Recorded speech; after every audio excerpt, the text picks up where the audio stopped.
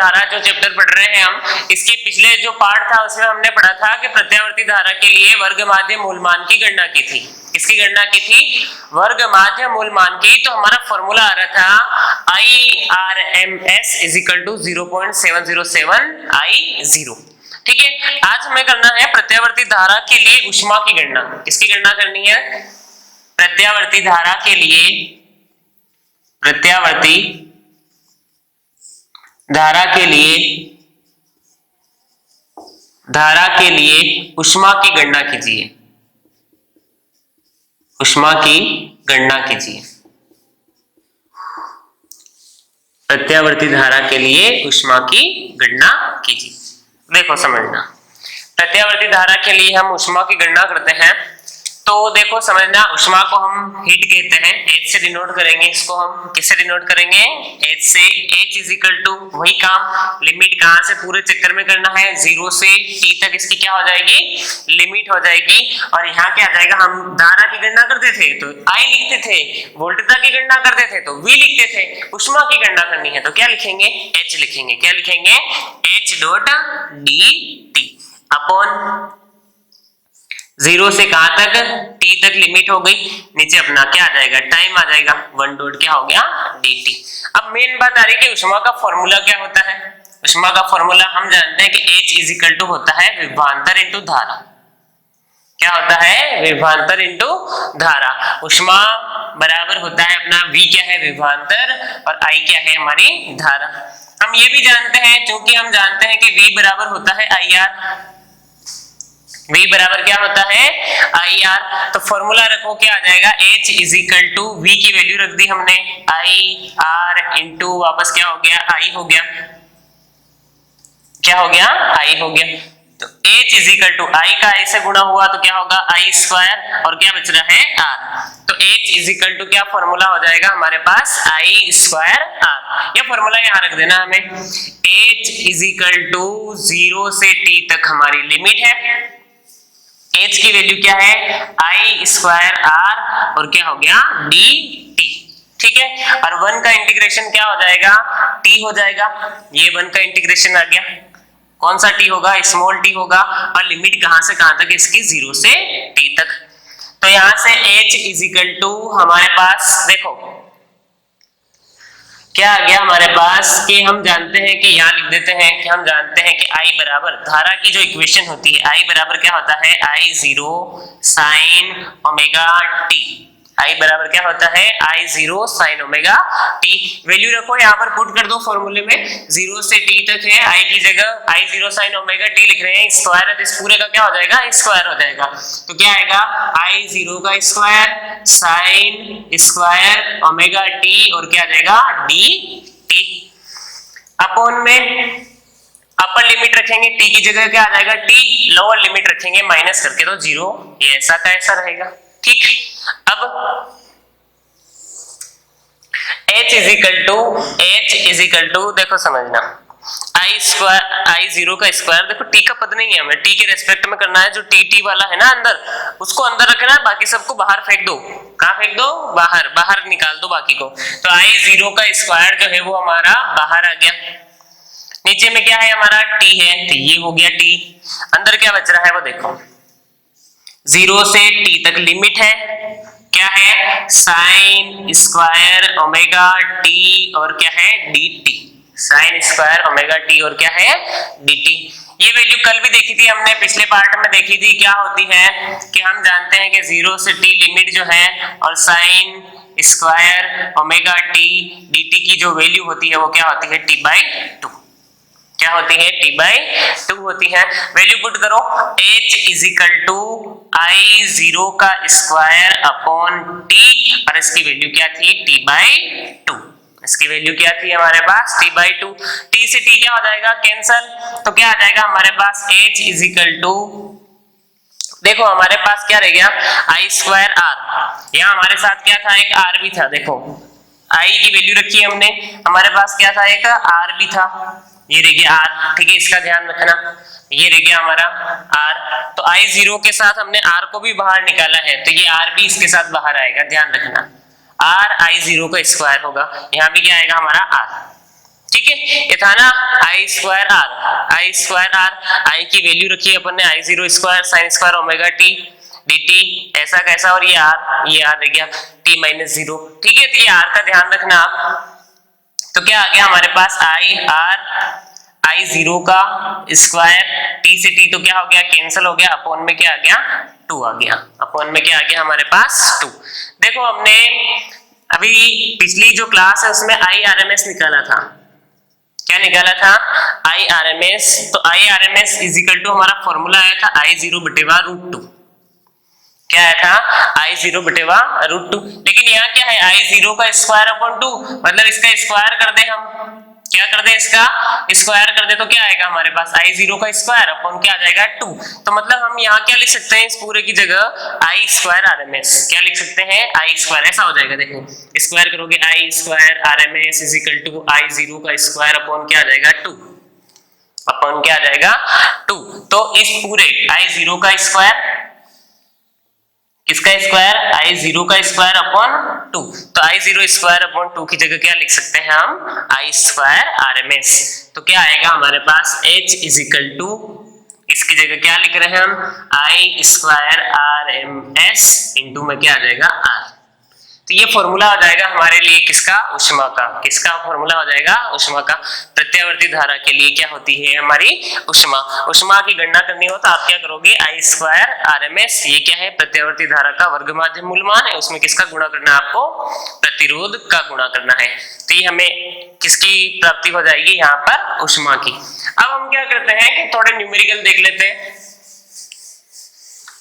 अभी तक हमने जितना पढ़ा है उसके ऊपर से ऊपर एग्जाम में क्वेश्चन आते हैं, हमारे न्यूमेरिकल क्वेश्चन आते हैं, बहुत ही इंपॉर्टेंट है। ठीक है,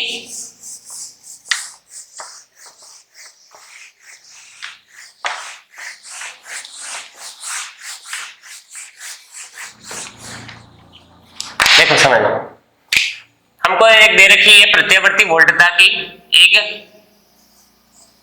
प्रत्यावर्ती वोल्टता की समीकरण V इज इक्वल टू 200√2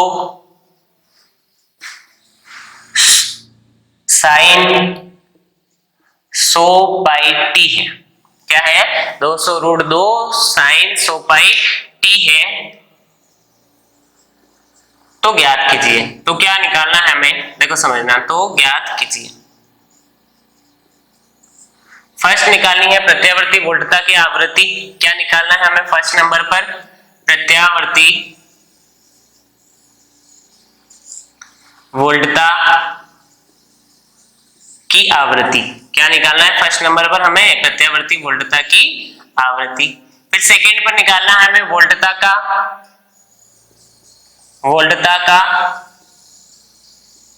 शिखर मान, वोल्टता का क्या निकालना है हमें, शिखर मान।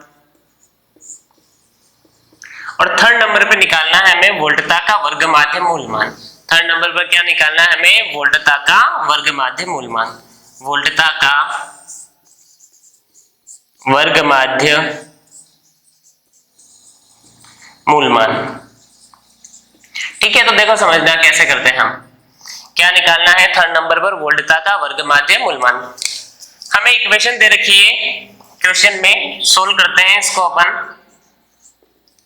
क्या इक्वेशन दे रखी है हमें, वोल्टता की इक्वेशन दे रखी है कि V is equal to V 200√2 sine 100, यहां दे रखा है हमें पाई, और क्या दे रखा है टी। हमें फर्स्ट नंबर पर निकालना है प्रत्यावर्ती वोल्टता की आवृत्ति, मतलब इसकी फ्रीक्वेंसी कितनी, f निकालना है, क्या निकालना है, f। तो देखो हम सबसे पहले क्या करते हैं कि इसकी तुलना वोल्टता की इक्वेशन से कर देते हैं। क्या होती है वोल्टता की equation, v is equal to V0 sine omega t, ऐसा लिखते हैं हम। क्या लिखते हैं, v is equal to V0 sine omega t. मतलब ये जो है ये क्या है, V0, ये साइन, ये पूरी वैल्यू किसकी है, ओमेगा टी की, ये पूरी वैल्यू किसकी है, ओमेगा टी की। देखो बच्चों अभी हो जाए, देखो बहुत आसान सा है, ये वैल्यू किसकी है, ओमेगा टी की, ये किसकी है, V0 की, ये साइन है, ऐसा कैसा तुलना कर ली तो हमको पता चल गया कि भाई ये तो V0 है और ये क्या है, ओमेगा टी। फर्स्ट नंबर पर निकालना है हमें आवृत्ति, क्या निकालना है फर्स्ट पर, आवृत्ति। देखो समझना, फर्स्ट पर चाहिए हमें आवृत्ति। तो देखो तुलना करो आप, ये V0, ये क्या है ओमेगा टी, ये क्या है ओमेगा टी। तो हमको दिख रहा है कि omega t is equal to कितना रखा है 100 पाई टी। टी से टी क्या हो गया कैंसल, और हम जानते हैं कि ओमेगा बराबर होता है 2 पाई एफ। ओमेगा बराबर क्या होता है 2 पाई एफ। ओमेगा की वैल्यू रख दो, 2 पाई एफ बराबर 100 पाई, बराबर क्या हो गया 100 पाई। पाई से पाई भी क्या हो गया कैंसल, पाई से पाई भी क्या हो गया कैंसल। हमारे पास बचा क्या 2f इज इक्वल टू 100। तो यहां से f इज इक्वल टू क्या आ जाएगा 100 डिवाइड बाय 2। तो 100 में 2 से डिवाइड करेंगे कितने आ जाएंगे 50, और इसकी यूनिट भी लिखनी है साथ में हर्ट्ज।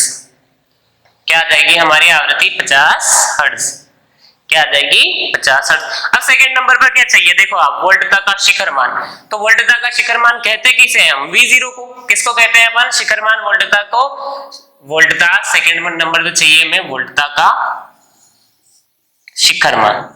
वोल्टता का शिखर मान अभी निकालते हैं, देखो आना पड़ेगा इसको। वोल्टता का क्या निकालना है हमें शिखर मान। तो देखो V0 को अपन बोलते हैं शिखर मान। V0 की जगह क्या है आप ही देखो 200√2, क्या है 200√2। तो V0 की वैल्यू क्या हो गई हमारे पास 200√2, और वोल्ट की यूनिट क्या होती है विभव की वोल्टता की वोल्ट। ठीक है, तो सेकेंड नंबर पर हमारा शिखर मान पूछा था, तो शिखर मान कितना आया हमारा 200√2। अब थर्ड नंबर पे पूछा है वोल्टता का वर्ग माध्य मूल मान। थर्ड नंबर पर क्या पूछा है हमें वोल्टता का वर्ग माध्य मूल मान। वोल्टता का वर्ग माध्य मूल मान। तो देखो अपन ने डेरिवेशन भी किया था कि वोल्टता के लिए वर्ग माध्य मूल मान क्या होता है।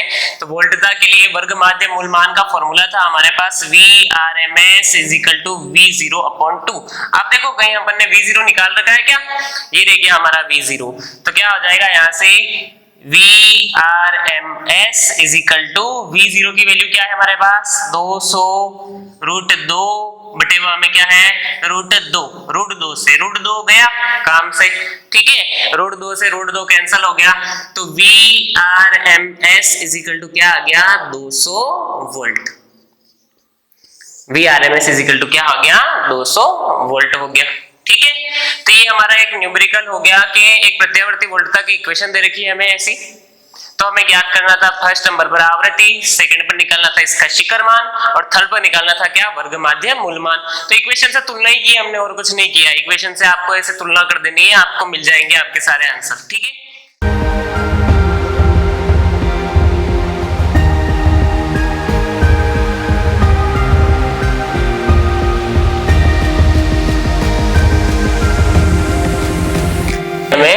कि एक प्रत्यावर्ती धारा की समीकरण, प्रत्यावर्ती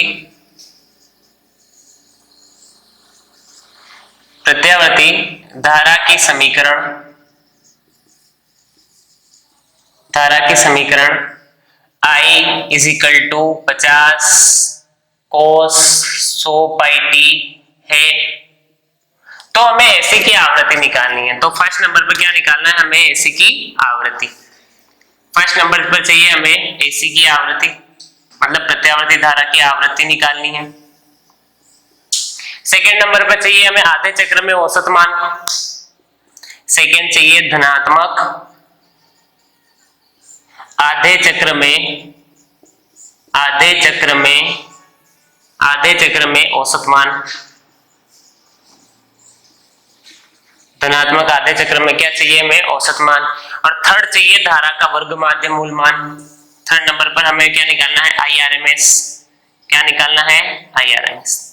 ठीक है, तो ये तीन चीजें निकालनी है हमें। फर्स्ट है तो क्या निकालनी है एसी की आवृत्ति, धनात्मक आधे चक्र में औसत मान क्या होता है, और थर्ड नंबर पर निकालना है हमें धारा का वर्ग माध्य मूल मान। देखो समझना, फर्स्ट देखते हैं।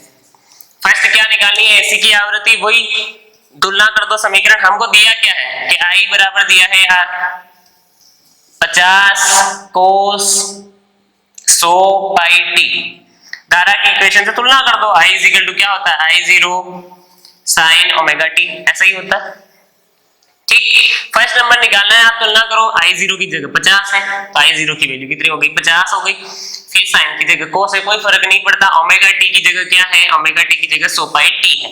तो देखो आवृत्ति निकालनी है, वही चीज, omega t is equal to क्या हो गया, 100 पाई टी, क्या हो गया 100 पाई टी, तो टी से टी तो क्या हो गया कैंसल, ओमेगा बराबर हम जानते हैं कि चूंकि ओमेगा बराबर क्या होता है 2 पाई एफ, ओमेगा बराबर क्या होता है 2 पाई एफ, तो वैल्यू रख दो, क्या हो जाएगी यहाँ से ओमेगा की वैल्यू रखो इसमें 2 पाई एफ इज इक्वल टू क्या आ जाएगा 100 पाई, क्या हो जाएगा 100 पाई, पाई से पाई क्या हो जाएगा कैंसल, तो 2f इज इक्वल टू कितना आ जाएगा 100 और f इज इक्वल टू वही 100 डिवाइड बाय 2, तो कितना आ जाएगा 50 हर्ट्ज, कितना आ जाएगा हमारे पास 50 हर्ट्ज। ठीक, सेकंड पर निकालना है कि धनात्मक आधे चक्कर में औसत मान निकालना है, क्या निकालना है औसत मान, तो आधे चक्कर के लिए भी मैंने कर रखा है, धारा का औसत मान का फॉर्मूला क्या होता है, तो औसत मान का फॉर्मूला होता है धनात्मक आधे चक्कर के लिए आई, ऐसा कर रखा है ना, आई आधे चक्कर के लिए क्या आया था औसत मान आधे चक्कर के लिए I average is equal to निकाल रखा है हमने आधे चक्कर के लिए 2I0 अपॉन पाई, क्या फॉर्मूला था 2I0 अपॉन पाई। तो देखो एवरेज निकालना है, I average is equal to 2, क्या हमारे पास I0 है, I0 है तो क्या है देखो I0 तुलना करो, धारा का शिखर मान क्या है 50 है, कितना है 50 अपॉन पाई की वैल्यू हम जानते हैं कितनी होती है 3.14, पाई की वैल्यू कितनी होती है 3.14, तो I average is equal to कितना आ जाएगा 100 डिवाइड बाय 3.14 हो जाएगा, और ये किस में आ जाएगी हमारे एम्पियर में, किस में आ जाएगी एम्पियर में।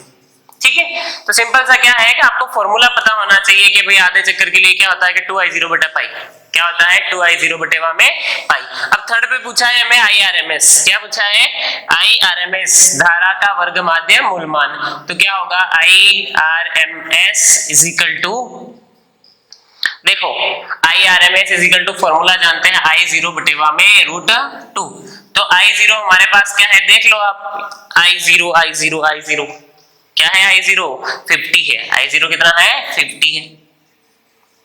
ठीक, तो IRMS is equal to 50 upon √2, 50 upon क्या हो गया √2। देखो हम इसको आसान करने के लिए क्या करते हैं ऊपर नीचे √2 का गुणा कर देते हैं, रूट की संख्या हटानी है मेरे को नीचे से, तो क्या होगा IRMS इज इक्वल टू 50 का मल्टीप्लिकेशन होगा √2 से, तो 50 √2 और √2 का √2 से गुणा होगा तो क्या आ जाएगा 2 का भाग अपन किस में देंगे, 2 का भाग किस में देंगे 50 में, तो कितना आ जाएगा 25 √2 और क्या आ जाएगा, एक धारा का यूनिट क्या होती है एम्पियर, धारा की यूनिट क्या होती है एम्पियर। तो फ्रेंड्स ये सारे न्यूमेरिकल देखना आप, और ऊष्मा की गणना की थी उसको भी देखना, अगला जो पार्ट है उसमें कुछ और न्यूमेरिकल के साथ हम मिलेंगे वापस से, और यदि किसी परिपथ में प्रतिरोध जुड़ा हो तो उसके लिए हम शिखर मान की गणना भी करेंगे। Thank you.